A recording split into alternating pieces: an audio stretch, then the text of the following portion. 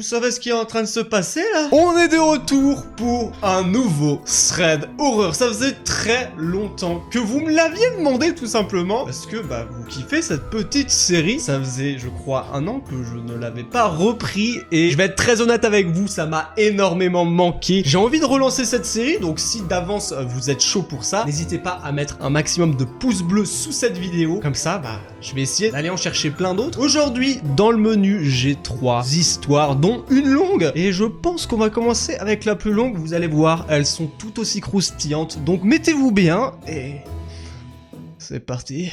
Alors pour cette première histoire, je veux raconter l'histoire de Ben qui nous raconte ça quand il était tout petit. Alors apparemment, il vivait dans un petit village où il avait été écho comme quoi un mystérieux homme était attiré par des enfants. Et apparemment, la police est déjà venue sonner plusieurs fois chez lui et il trouvait aucun alibi pour l'incarcérer. C'est bien dommage parce que ce qui va suivre. Alors une fin d'après-midi, comme tout enfant qui sort de l'école, eh bien Ben était avec son ami prêt pour rentrer chez lui. Jusqu'à ce qu'à un moment, il tombe nez à nez avec cet homme. Donc il commence à demander son chemin à justement Ben et son ami. Sachant que le mec habite dans le village, donc normalement il devrait savoir où sont la pharmacie ou je ne sais quoi. Et là bizarrement, eh bien, il a commencé à demander son chemin. Et Ben tout de suite, il s'est dit merde, non, je veux pas le croiser lui, putain, je fais comment pour me sortir de cette situation? Alors Ben essaye tout simplement de lui dire non, désolé, on ne sait pas où c'est que ça se situe, au revoir quoi, et nous on doit rentrer chez nous. Mais non, il en démord pas et il continue, il insiste. Et Ben directement a des suspicions et se dit pourquoi demander à des gamins comme nous la route alors qu'il pourrait y avoir un adulte au bout de la route, il sort son téléphone et voilà quoi. Alors donc cet individu continue de marcher à côté des enfants et à un moment donné, Ben devait se rendre chez lui qui était la rue juste à gauche, donc il a juste à la prendre cette putain de rue. Mais au moment où il commence à emprunter donc cette rue, il voit tout simplement son ami totalement débile et qui est en train d'aider cet individu. Putain, je vais dire plusieurs fois ce mot, cet individu. Alors direct, Ben avait 2 propositions. Soit il rentrait chez lui, soit il continuait d'espionner cet homme avec son ami. Devinez quelle option il a pris? Il a porté ses boules et il les a suivis. Sachant qu'en plus c'était l'heure d'hiver, donc il faisait nuit très tôt. Enfin vraiment, tout commençait à s'assombrir. Tout comme cette histoire. Alors au bout d'une vingtaine de minutes, Ben nous raconte que son ami est arrivé devant une maison qui est probablement la maison de cet individu et il entend au loin lui demander de rentrer chez lui car vu qu'il n'a pas su l'aider à trouver son chemin, il lui demande un coup de main. Et Ben, au loin, il se dit non mais il va pas le faire quand même, il est pas aussi crédule que ça. Et apparemment, son ami était totalement aspiré par son aura, il était comme les détraqueurs dans Harry Potter. Genre, oui, vous savez, les scènes où il se fait aspirer comme ça, c'était exactement la même chose. Et malheureusement, il entra dans la maison. Et bien évidemment, que fait Ben? Il décide de s'approcher. Il porte toujours ses balls. Mais plus pour longtemps. Alors donc Ben, arrivé devant la maison de cet individu, il se met à être comme ça près de la porte et essayer d'écouter justement tout ce qui se dit. Et apparemment, il entendait des phrases comme « Tu dois être fatigué, j'ai plein de choses à grignoter si tu veux ». Tout en entendant une porte s'ouvrir comme un grincement, vous savez les vieilles portes en bois là. Mais c'est à ce moment-là, pris au piège, que l'ami de Ben a commencé à ne pas vouloir rentrer dans cette pièce assez sombre. Donc l'homme essaye quand même de le forcer à rentrer. Mais il rechigne tout le temps, non mais il faut que je rentre, mes parents ils m'attendent, je dois faire mes devoirs, etc. Mais le mec en a rien à foutre. Il prend par le bras l'ami de Ben, il embarque tout simplement derrière cette porte. Alors là tout de suite Ben panique, il commence à chercher autour de lui s'il pourrait pas trouver quelqu'un, mais la rue était totalement déserte, sauf une petite dame qui passe en train de promener son chien. Il court vers elle et lui demande de l'aide tout en lui expliquant la situation, et la femme en avait totalement rien à foutre. Donc Ben il est dépourvu, il a pas de téléphone, c'est un petit enfant, il est paumé. Qu'est-ce que va faire Ben, bordel? Alors Ben va essayer tout simplement d'ouvrir la maison de l'homme, voyant que la porte est totalement fermée. Il décide de faire le tour, parce qu'il y a une cour juste derrière, et il y a quand même pas d'ouverture, à part des fenêtres. Alors qu'est-ce que Ben fait? Il décide de prendre un caillou et de le lancer sur la vitre pour pouvoir entrer dans cette maison. Et une fois à l'intérieur, il est quand même très courageux, ce Ben. Qui vous l'aurait fait? Personne, je crois.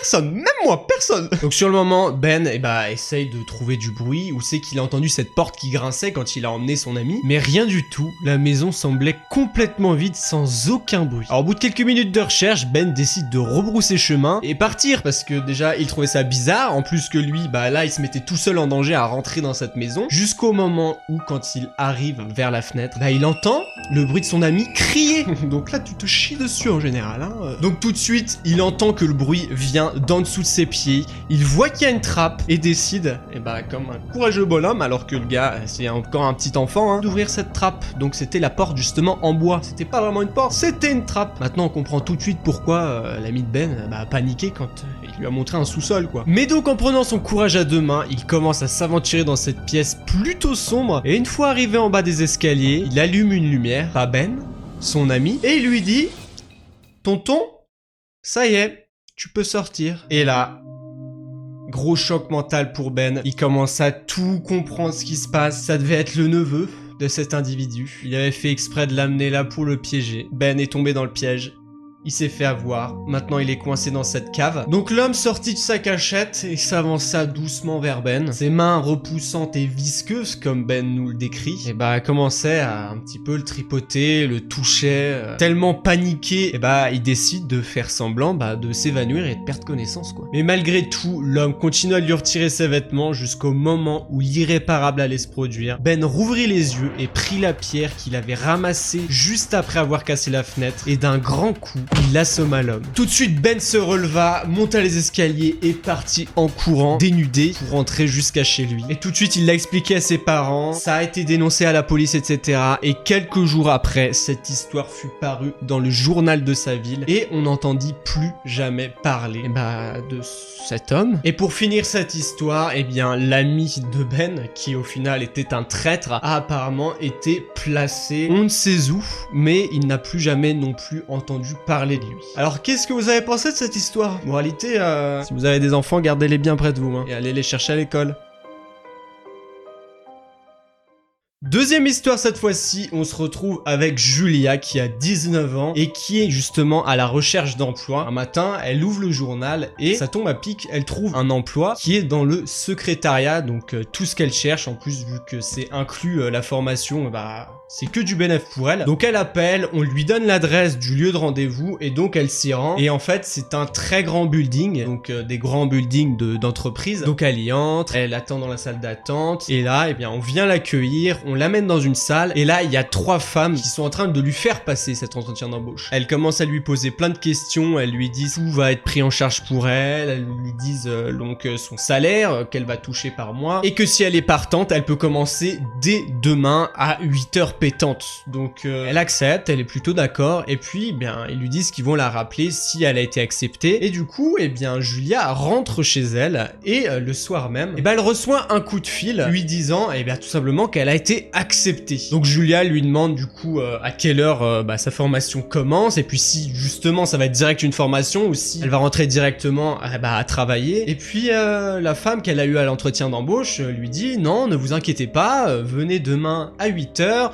donc à telle adresse et puis on vous prendra en fourgonnette et voilà, donc vous avez pas besoin de votre voiture. Et là Julia elle se dit c'est bizarre, depuis quand je dois aller à une adresse précise pour qu'on me prenne en fourgonnette et pour qu'on m'emmène à l'entreprise? Je peux pas y aller directement? Et du coup la femme au bout du téléphone commence à s'énerver, elle lui dit non mais vous avez pas à me parler comme ça, écoutez demain c'est pas la formation que vous allez faire, vous allez directement aller travailler, donc vous vous pointez à telle heure et puis on vous prendra. Genre depuis quand tu parles comme ça à un employé, surtout à le forcer à lui dire je te prends? Enfin Julia elle se dit il y a un truc qui est pas net dans cette histoire. Donc Julia commence à flipper de plus en plus, la meuf au téléphone continue à l'agresser, à être hyper mal polie envers elle et puis Julia elle dit non, au final je n'accepte pas votre proposition et j'ai pas envie d'être pris et elle raccroche. Et du coup Julia a tellement mal pris comme cette patronne entre guillemets ou du moins cette personne qui a fait les entretiens d'embauche elle lui a parlé, et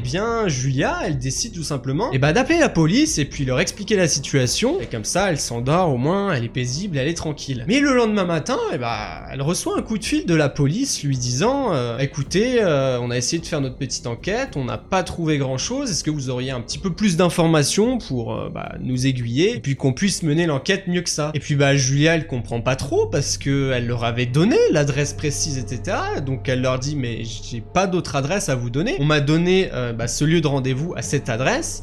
Et on m'a rien donné de plus, quoi. Et là, justement, les flics sont en train de lui dire écoutez, nous, l'adresse que vous nous avez donnée, on s'y est rendu et il y avait personne. C'était même pas acheté, il y avait aucun propriétaire, c'était encore en construction. Enfin, c'était même pas... Il pouvait pas y avoir de personne qui était là. Et là, tout de suite, Julia, elle se dit, mais c'est pas possible, qu'est-ce que... On m'a berné, enfin, elle comprend pas du tout le truc. Et ensuite, suite à ça, la police a continué à mener leur petite enquête.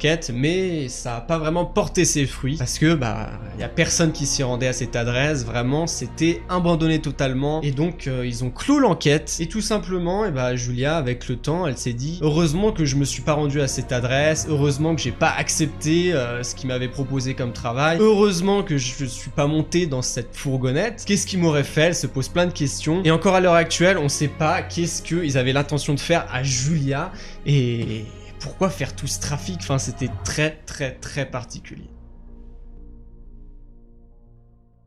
Bon ok, maintenant on en vient à la troisième et dernière histoire. Et avant que je vous la raconte, je vous invite, si vous n'êtes pas encore abonné, à vous abonner et à liker cette vidéo si vous l'appréciez. Et puis peut-être qu'on en fera d'autres suites, parce que de toute façon, j'ai envie de reprendre ce concept, lire des histoires et ensuite vous les raconter. Je kiffe ça, c'est un pur kiff. Donc faites-moi plaisir, abonnez-vous et likez cette vidéo et c'est sûr qu'on en fera d'autres. C'est sûr. Alors donc cette troisième histoire, vous voyez cette femme, c'est une candidate qui à l'époque faisait un dating TV, donc un peu comme Tourner Manège qui était diffusé en France justement. Et ça par contre c'était en Amérique. Et cette femme donc cherchait l'amour tout simplement. Donc vous connaissez le principe, il y a 3 ou 4 hommes, ils ne se voient pas, il y a un mur qui les sépare, elle pose des questions, voir si la personne d'à côté lui correspond, jusqu'à ce que les choix deviennent de plus en plus limités et qu'il ne reste plus qu'une seule personne. Alors pour le moment vous êtes déjà en train de vous dire quel est le fuck quoi, enfin c'est genre un jeu télévisé, il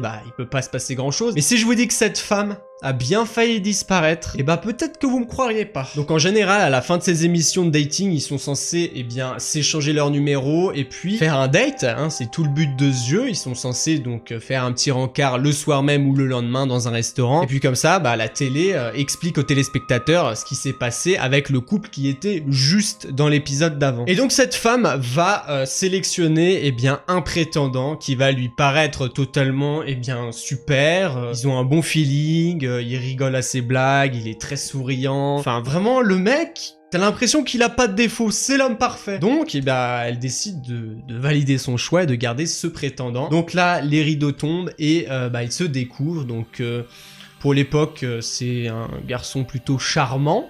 Mais au moment de s'échanger les numéros et les coordonnées, etc., cette femme a un petit pressentiment. Et elle se dit, non. En fait, je vais pas te donner mes coordonnées parce que voilà. Dites-vous bien que ce qu'elle vient de faire là, ça lui a putain de sauvé la vie. Et vraiment, elle avait un gros pressentiment vers lui. Pourtant, il avait l'air totalement banal, le gars. Mais elle sentait qu'il y avait un truc qui n'allait pas, mais elle savait pas quoi. Figurez-vous que 1 an après, ce type a été arrêté parce que tout simplement, c'était un serial killer et il avait tué plusieurs prétendantes. En fait, ce qu'il faisait, c'est que, il allait à des rendez-vous galants où il rencontrait des femmes, il les draguait, etc. Et apparemment, il était très chaud dans le domaine, donc vu que c'était un plutôt beau gosse avec un grand sourire blanc, les filles tombaient assez dans le panneau. Et en fait, ce qu'il faisait, c'est qu'une fois qu'il les avait bien mis dans sa poche, il les invitait chez lui et en fait, il les tuait quoi. Et cette histoire a fait vraiment presque le tour du monde. C'était vraiment un psychopathe. Il avait tué presque une centaine de femmes, voire même un peu plus. Et suite à ça, la femme que l'on a vue juste avant avait appris la nouvelle et s'est retrouvée complètement sur le cul. À remercier son instinct, car si elle ne se serait pas écoutée, elle sait où elle aurait pu finir. Bon, voilà les gens, je crois qu'on a fait à peu près le tour de ces 3 histoires. J'espère vraiment qu'elles vous ont plu. Entre l'histoire du gamin qui a failli se faire, avoir des attouchements par cet homme. Ensuite, la femme dont on sait pas si elle aurait accepté de travailler pour eux, ce qui serait arrivé pour elle. Et ensuite, avec cette femme qui a eu un putain d'instinct et qui à échapper à la mort tout simplement. C'est vraiment des histoires complètement folles. J'espère vraiment que vous avez apprécié cette vidéo et qu'on va pouvoir s'en faire d'autres. Moi je vais essayer de me renseigner par-ci par-là pour trouver d'autres histoires qui font tout aussi flipper. Et en attendant on se retrouve pour une nouvelle vidéo. Merci d'avoir regardé, salut tout le monde. Et n'oubliez pas de garder vos enfants près de vous si vous en avez. Ciao!